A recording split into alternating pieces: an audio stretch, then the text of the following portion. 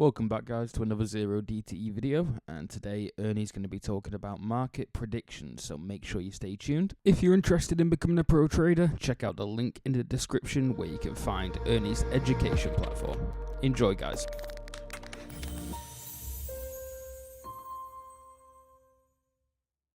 There was a trader this morning that put up a trade, paper trade, and said that it was their first or their fifth trade, I think, fifth paper trade, and wanted to know, hey, is this okay? And I followed what Ernie did, maybe paid a little bit more, wanted suggestions and comments. And my response to that was, look, as long as you took a trade that was consistent with our strategy, an asymmetric trade with a good risk to reward, tried to go in the direction of what you perceive the trend to be, then the entry is unquestionably a good entry. Is it the best entry? That's hard to tell. That's not our point. Our point is to put on a probabilistic trade because the outcomes are all just a probabilistic game. Some of us think that we can tell, where the markets are going or have some level of certainty. Those people are delusional because nobody can do that. Of course, like anything else, you can predict within some level of accuracy where the market will end up, and that accuracy will get better as you get closer to the expiration or the time limit of that prediction. That's just common sense. But even in that case, the variance can be wildly different, and there's really no telling what's going to happen on any given day. Now, given that, after you've put on a trade that is coincident or aligned with our strategy, the next step is to plan out what you're going to do from here. What are all the different situations that could occur, and how will you react? So part of that is creating scenarios or doing some sort of predictive analysis on where price will go. But we don't settle on a single prediction as if we know, because you don't. What we do is we create a number of different possible solutions that seem likely based on the underlying market structure and the momentum of the market. That's what you do. The case where price goes against us, that's a pretty simple answer to what you do.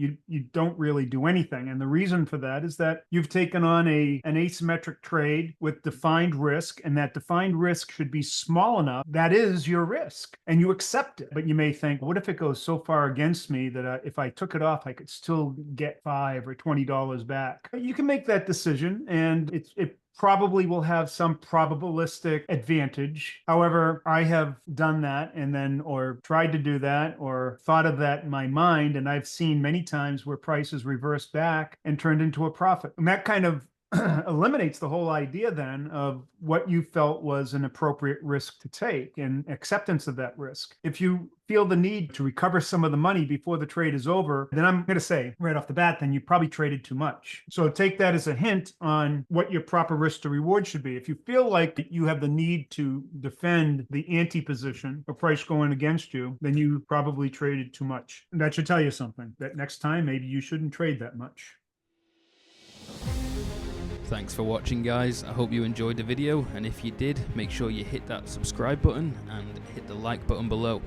If there's any questions that you might have for Coach Ernie, make sure you leave them in the comment section. Thanks, guys.